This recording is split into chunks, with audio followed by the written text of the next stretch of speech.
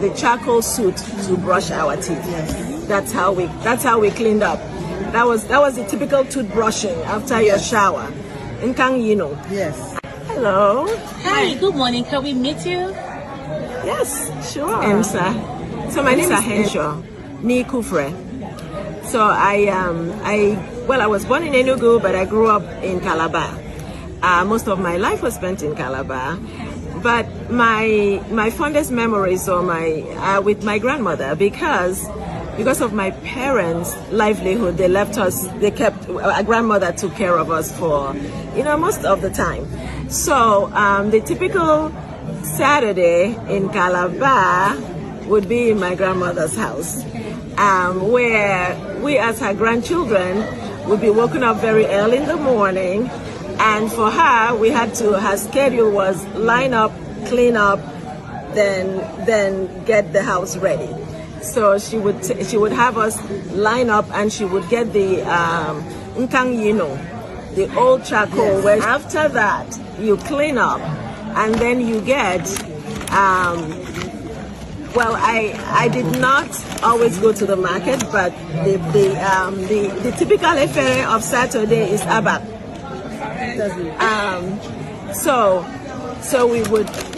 She would have boiled. I believe I was maybe a little young to do everything, but we were part of cleaning the eyup, and then after it was boiled, part of the eyup, and the whole the sieve, my strain the eyup.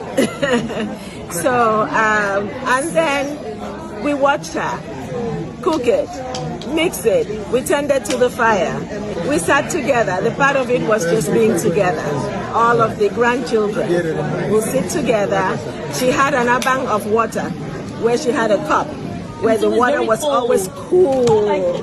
So we'll have the Efere Saturday and the Gary ready, and the whole family sat and ate together. Those were the fondest memories. Thank you so much. Thank you. God bless you. My mom never went to the Saturday regular wax market. Hello, my name is Gloria Kechuku Ni Ephraim from Ikpeme, from the royal family, and from Calabar. I was born in Calabar, I grew up in Calabar, schooled in Calabar. My typical Saturday in our home was not different from any other typical Efik family. But the only difference was my mom never went to the Saturday regular wax market because she did not like the hassle in the market on Saturday, all the pushing, all the madness, the craziness. So she didn't like it. So she would rather go to her Friday market, shop everything that is needed to be cooked on Saturday. And then the Saturday we have a lot of family members, so I think it was split the compound, the gutters, we will scrub them, brush them, use any kind of objects to wash the walls, and then the ones that will be cutting grasses, and then the ones that will be in the kitchen cooking, typical abak soup on a Saturday. That's a typical soup with ayanek bang, and then after that we could cook otong. My mother would sometimes cook three different soups on Saturday, and then make stew. So it was a very busy day by the time we finish on Saturday and clean up the house. Everybody's tired, but also we used to have 2 earthen pots. The one that you put regular water for cooking or cleaning, it was different from the one for drinking for any reason except for drinking. And there's a special cup that has to go in there, and your hands has to be totally clean and dry before you put your hand in that, because you don't want any dirt or to drip in there. And then also the way we cut our leaves, which is the ugu leaf, you have to shred it into micro choppings. You don't just chop it into big chunks. You know why? Why? Because when she comes back, I always have a gift. Welcome to the Efik convention in Atlanta. So tell me, take your mind back and tell me how a typical Saturday in your home growing up was like. Well, wow. You're making me feel really nostalgic right now. So it was so much fun because I was like part of the process, right? I remember I would sit with my mom and would draw up a list, Oh my goodness. right? So it starts with okay, let's say my mom wants to cook apam, typical apam, okay? So we're gonna start with apam, momongekong, Oh yeah. obu.